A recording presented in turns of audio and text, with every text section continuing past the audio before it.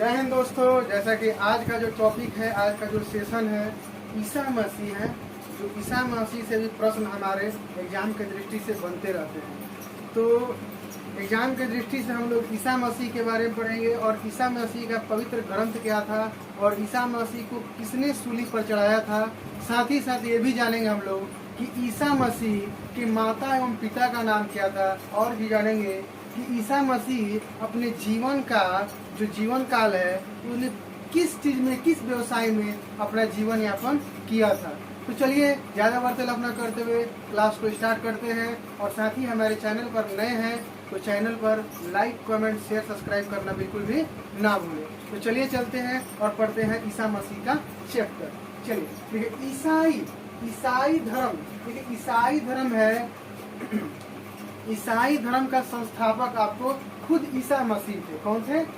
ईसा मसीह थे। कौन थे? ईसा मसीह। अब देखिएगा, ईसा मसीह का जन्म याद रखिएगा। ईसा मसीह का जो जन्म है जेरूशलम के निकट, ठीक है, बैथलेहम नामक स्थान पर हुआ था।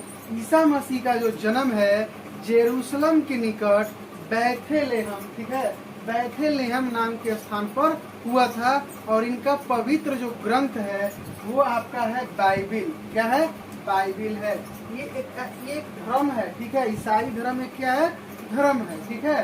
फिर उसके बाद जानिएंगे इनका जो जन्म है, उनके जन्म को हम लोग क्रिसमस डे के रूप में मनाते हैं। वो 25 दिसंबर को मनाया जाता है, ये आपको पता होगा, ठीक है। उसके बाद इनके माता का नाम मैरी था और इनके पिता का नाम जोसेफ था, ठीक है। इनकी माता का नाम क्या था? मैरी था और पिता का नाम जोसेफ था। और इनका जो जन्म है क्रिसमस डे के रूप में मनाया जाता है। फिर हम आगे पढ़ेंगे।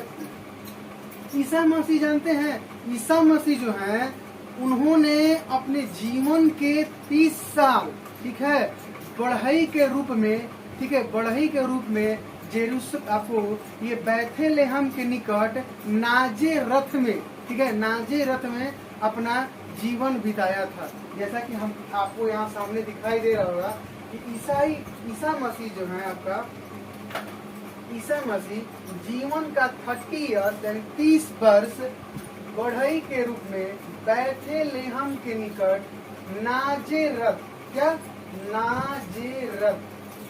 नाजेरत में बढ़ई, जो बढ़ई का मतलब जो लकड़ी वगैरह, बेंच, कुर्सी, टेबल बनाता है ना, वहाँ उसी को बोलते हैं बढ़ई, ठीक है। जो लकड़ी का व्यापार सामान बनाते रहते हैं, हाँ, उसी को कहते हैं। अब देखिए, ईसा मसीह के 2 शिष्य थे। ईसा मसीह के 2 शिष्य थे और दोनों शिष्य का नाम क्या था? एक का नाम एंड्रूस था और दूसरा का नाम पीटर था। एक का नाम क्या था? एंड्रूस था और दूसरा का नाम पीटर था, ठीक है। उसके बाद देखिए हम पढ़ेंगे ईसा मसीह के, देखिए सूली पर एक अंग्रेज था और उस अंग्रेज ने क्या किया? उस अंग्रेज का नाम क्या था? रोमन गवर्नर पोंटियस ने 33 ईस्वी में क्या किया? आपको ईसा मसीह को फांसी पर चढ़ा दिया, ठीक है। ईसा मसीह को 33 ईस्वी में रोमन गवर्नर, कौन? पोंटियस, रोमन गवर्नर पोंटियस ने क्या किया कि ईसा मसीह को 33 ईस्वी में सूली पर चढ़ा दिया। और इनका जो पवित्र चिन्ह है वो पवित्र चिन्ह क्रॉस है। क्या है? क्रॉस। देखेंगे आप लोग ऐसे प्लस करके यहाँ पर रहता है, ठीक है। यही इनका पवित्र क्या है? चिन्ह है, ठीक है। इनका पवित्र चिन्ह क्या है? क्रॉस है। उसके बाद याद रखिएगा, ये त्रित्व में विश्वास करते हैं। क्या? त्रित्व में विश्वास करते हैं। त्रित्व का मतलब 3, ठीक है। त्रित्व का मतलब ये हुआ, और त्रित्व का मतलब कौन कौन है वो जानेंगे हम लोग। देखिए, पहला ईश्वर पिता, क्या? पहले क्या विश्वास करते हैं? ईश्वर पिता, ईश्वर पुत्र ईसा और ईसा पवित्र आत्मा। यही तीनों चीज पर ये क्या करते थे? यही इनका त्रित्व था और ये त्रित्व में विश्वास रखते थे। पहला क्या था आपको? ईश्वर पिता, ईश्वर पुत्र ईसा और ईसा पवित्र आत्मा। ये इनका त्रित्व है जो इन्हीं पर ये विश्वास करते थे। ठीक है, ईश्वर पिता, ईश्वर पुत्र ईसा और ईसा पवित्र आत्मा। अब एक छोटा सा नोट है, उस नोट को समझिएगा। देखिएगा कि 12वीं शताब्दी में फ्रांस में आरंभिक भवनों की तुलना अधिक ऊंचे व हल्के चर्चों के निर्माण, चर्च होता है, ठीक ना, इन लोगों में जो मंदिर होता है उसको चर्च बोलते हैं। ठीक है, चर्चों के निर्माण प्रारंभ हुए और इस वास्तुकला के शैली को गोथिक नाम से जाना गया। क्या? गोथिक, गोथिक नाम से जाना गया। ठीक है, ये जो चर्च बनाने का जो शैली था ना, इसी शैली को हम लोग गोथिक कहते हैं। क्या कहते हैं?